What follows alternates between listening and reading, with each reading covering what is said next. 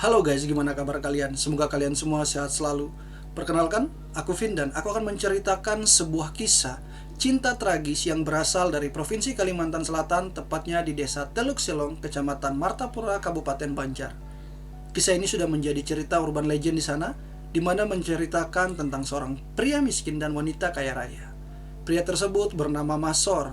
Ia adalah seorang pria yang miskin namun memiliki budi pekerti yang sangat baik. Bahkan ia memiliki keahlian dalam hal membaca Al-Quran dengan suara yang sangat merdu. Sedangkan si wanita bernama Fatimah. Ia seorang wanita yang cantik dan berasal dari keluarga yang kaya raya. Masor sebagai pria dewasa tentunya harus memiliki pekerjaan. Ia memilih untuk menjadi pembantu di rumah Fatimah. Bekerja sebagai seorang pembantu, ia melakukan beberapa pekerjaan seperti menimba air atau memotong kayu. Di sela-sela bekerjanya ternyata si Masor ini memiliki perasaan kepada Fatimah. Ia sering curi-curi pandang di saat bekerja. Namun tanpa Masor sadari, ternyata Fatimah ini juga memiliki perasaan kepada dirinya. Sampai suatu momen, akhirnya mereka berdua mengetahui bahwa mereka memiliki perasaan masing-masing. Dan akhirnya mereka menjalin hubungan asmara. Namun ada pertentangan pastinya, karena si Masor ini miskin, si Fatimah ini kaya. Jika keluarga Fatimah mengetahui, maka akan sangat berbahaya bagi si Masor.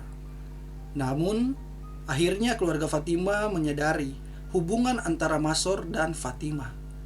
Di satu sisi, Masor pun tidak bekerja lagi di rumah Fatimah, karena keluarganya tentu menolak Masor. Namun, Masor masih diberi pekerjaan, yaitu bekerja di sebuah perkebunan karet milik keluarga Fatimah. Posisi dari kebun karet ini terletak cukup jauh dari rumah Fatimah. Jadi untuk menyeberang ke kebun karet tersebut, harus menaiki jukung. Di kalangan warga Banjar, jukung itu adalah sebuah sampan yang biasa dipakai untuk berdagang atau menyeberangi sungai.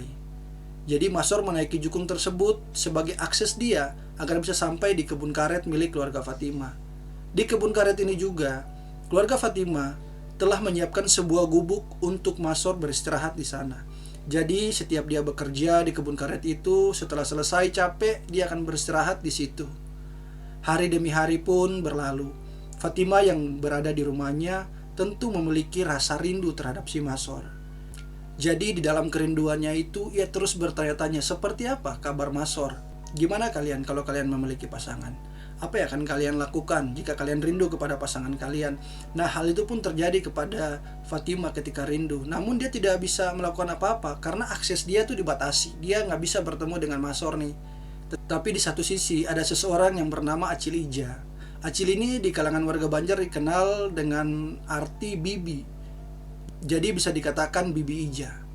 Nah, Acil Ija ini yang sering menceritakan tentang keseharian Masor di kebun karet itu. Jadi Fatimah masih tetap mengetahui apa sih yang dilakukan Masor di sana, bagaimana keadaan Masor, dia sehat atau tidak. Fatimah masih mengetahui itu. Namun suatu waktu, karena akses dari Sungai Martapura itu juga biasa digunakan untuk perdagangan, sehingga kapal-kapal yang berdagang itu sering mampir ke situ. Sampai datanglah seorang saudagar kaya yang bernama Mudar. Mudar ini kenal dengan keluarga Fatimah. Saat melihat Fatimah, ia pun jatuh cinta dan ingin melamar Fatimah. Mudar menyampaikan permintaannya kepada keluarga Fatimah untuk menikahi Fatimah. Keluarganya pun menyampaikan kepada Fatimah maksud Mudar. Sebagai seorang anak, Fatimah tidak ingin durhaka kepada keluarganya, bahkan kepada orang tuanya. Akhirnya ia menerima pernikahan dengan Mudar. Setelah dari rumah Fatimah, Mudar pun kembali ke Singapura, karena Mudar ini dia berasal dari Singapura. Setelah beberapa waktu, akhirnya Mudar pun kembali ke Martapura. Dengan beberapa kapal, dia membawa beberapa barang untuk mengisi kamar pengantin nantinya, dan juga permata serta kain-kain yang sangat bagus dan mahal. Ini semua untuk mas kawinnya yang ia berikan kepada Fatimah. Hari pernikahan pun berlangsung. Fatimah resmi menjadi istri dari Mudar, seorang saudagar kaya dari Singapura. Pada malam pertama, ketika Mudar dan Fatimah ini tidur di kamar pengantinnya, tiba-tiba terjadi kebakaran di rumah Fatimah. Di beberapa kisah yang aku baca, api itu berasal dari dapur. Dari dapur inilah api mulai merembet ke rumah Fatimah sehingga rumahnya pun kebakar. Nah, pada saat kebakaran itu terjadi, di kamar pengantin, Mudar melarikan diri tanpa menyelamatkan Fatimah. Fatimah terjebak di kamar seorang diri. Setelah semua orang keluar, tidak ada yang bisa menolong Fatimah. Namun, baiknya ialah ketika kebakaran itu terjadi, Masor yang berada di kebun karet melihat dari kejauhan gumpalan asap dari rumah Fatimah. Dengan segera, ia pun berlari ke arah sungai mengambil jukung atau sampan, dan dia menyeberang ke seberang. Setelah sampai, dia berlari ke rumah Fatimah. Sesampainya di rumah Fatimah, banyak orang sudah berkumpul di bagian depan, dan Masor pun bertanya, "Di mana Fatimah?" Orang-orang pun mengatakan bahwa Fatimah masih terjebak di dalam rumah. Dengan perasaan cinta, Masor pun menerobos tanpa mempedulikan siapapun dan tanpa mempedulikan api yang sedang membakar rumah Fatimah. Dia masuk ke dalam. Dia mencari sana-sini. Dia mencari di tempat-tempat yang ada dalam rumah Fatimah, di mana Fatimah berada. Sampai akhirnya dia menemukan sebuah kamar. Dia masuk ke sana dan dia mendapati Fatimah sedang berada di dalam kamar tersebut. Dan di saat itu juga dia menyadari bahwa kamar itu ialah kamar pengantin. Hatinya pun hancur karena dia mengetahui orang yang dia sayang telah menikah. Namun, dia lebih mementingkan keselamatan dari Fatimah. Dengan sekuat tenaga, Masor pun membopong tubuh Fatimah dan menerobos api dari dalam rumah Fatimah. Namun Fatimah aman saat dibawa keluar oleh Masor. Masor dengan kekuatan cintanya berhasil menyelamatkan Fatimah tanpa mempedulikan dirinya. Namun naas, Masor yang menyelamatkan Fatimah, ia harus mengorbankan tubuhnya dibakar oleh api. Sehingga dalam kisah ini, tubuh Masor itu penuh dengan luka bakar. Sesampainya di luar, keluarga Masor pun mengambil Fatimah dari bopongannya Masor. Dan pada saat itu, Masor jatuh pingsan. Keluarga Fatimah pun memberikan beberapa pengobatan kepada Masor dengan mengembalikan dia ke gubuk di kebun karet milik keluarga Fatimah. Di sana dia diobati, namun naas pada waktu subuh Masor pun harus meregang nyawanya. Dia meninggal di gubuk itu. Dan kematian Masor ini hanya diketahui oleh beberapa orang. Pada siang harinya Masor pun dimakamkan. Kuburannya sederhana, hanya memakai nisan yang terbuat dari kayu ulin, dan pagarnya dikelilingi oleh bambu-bambu agar mencegah babi hutan untuk masuk mengacak-ngacak tanah yang ada di dalam kuburan itu. Kematian Masor ini coba ditutupi oleh keluarga Fatimah. Mereka tidak ingin memberitahu Fatimah tentang kematian Masor. Fatimah yang baru pulih dari pingsannya, pada saat itu dia bertanya-tanya siapa yang menyelamatkan dia. Karena pada saat kebakaran itu terjadi, dia sempat melihat bahwa Mudar meninggalkan dia di kamar pengantin. Jadi dia bertanya, siapa sih yang sebenarnya menyelamatkan aku? Karena kasihan, Acil Ija yang melihat Fatimah terus bertanya-tanya, dia pun menceritakan sebenarnya apa yang terjadi. Kronologinya kayak gimana sih? Akhirnya Acil Ija pun menceritakan orang yang menyelamatkan Fatimah pada saat itu ialah Masor.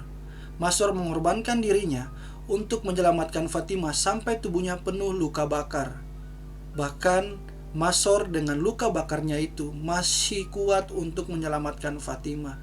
Dan Fatimah berhasil keluar dan hidup sampai saat itu. Namun naas, Masor harus meninggal dunia.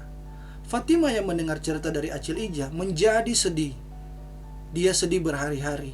Sampai suatu momen di mana pada malam hari semua orang telah tidur, Fatimah dengan rasa cintanya yang begitu kuat, ia nekat pada waktu subuh keluar melalui jendela untuk pergi mencari Masor. Pada saat subuh itu hujan begitu lebat. Fatimah pun ke arah sungai. Dia mengambil jukung dan dia mencoba untuk datang ke kebun karet milik keluarganya. Ia samar-samar mengetahui karena waktu dia kecil, ayahnya itu pernah mengajak dia untuk main ke kebun karet itu. Sesampainya di kebun karet itu, dia pun mencari Masor. Di tengah hujan yang sangat lebat, Fatimah pun melihat samar-samar bayangan seorang laki-laki di depannya. Jaraknya lumayan bisa dilihat lah dari sepandang mata. Sampai akhirnya dia mendekati bayangan itu. Namun naas karena hujan yang begitu lebat, jalanan licin. Fatimah pun terpeleset dan tubuhnya jatuh dan tertusuk di atas bambu yang memagari kuburan Masor. Di saat tertusuk itulah darah dari Fatimah itu jatuh di atas nisan milik Masor. Jadi kisah ini sebenarnya terkenal dengan kisah nisan berdarah dari Kalimantan Selatan. Namun ini kisah yang bisa menjadi pembelajaran betapa kuatnya cinta itu, sehingga kita bisa berkorban untuk pasangan kita, entah itu baik si laki-laki atau si perempuan. Ya, di zaman sekarang kalau kalian mencintai seorang, tentunya kalian akan melakukan berbagai hal untuk menyenangkan orang tersebut. Kalian gak peduli tentang diri kalian, yang penting dia bahagia. Ya, namun bagaimana ketika kita mengetahui orang yang kita sayang itu sudah tiada? Pasti kita juga akan sedih. Cerita ini menjadi sebuah pembelajaran bahwa walaupun zaman dulu banyak skeptis bahwa jika menikah dengan seorang yang miskin, hidup itu tidak akan bahagia. Ya, di zaman sekarang juga sih kayak gitu. Tentunya ini menjadi hal yang dapat kita lihat dari sisi positif, bahwa cinta itu begitu kuat. Cinta itu dapat membuat seseorang melakukan apa saja untuk orang yang dia sayangi. Terima kasih untuk kalian yang sudah mendengar. Dadah.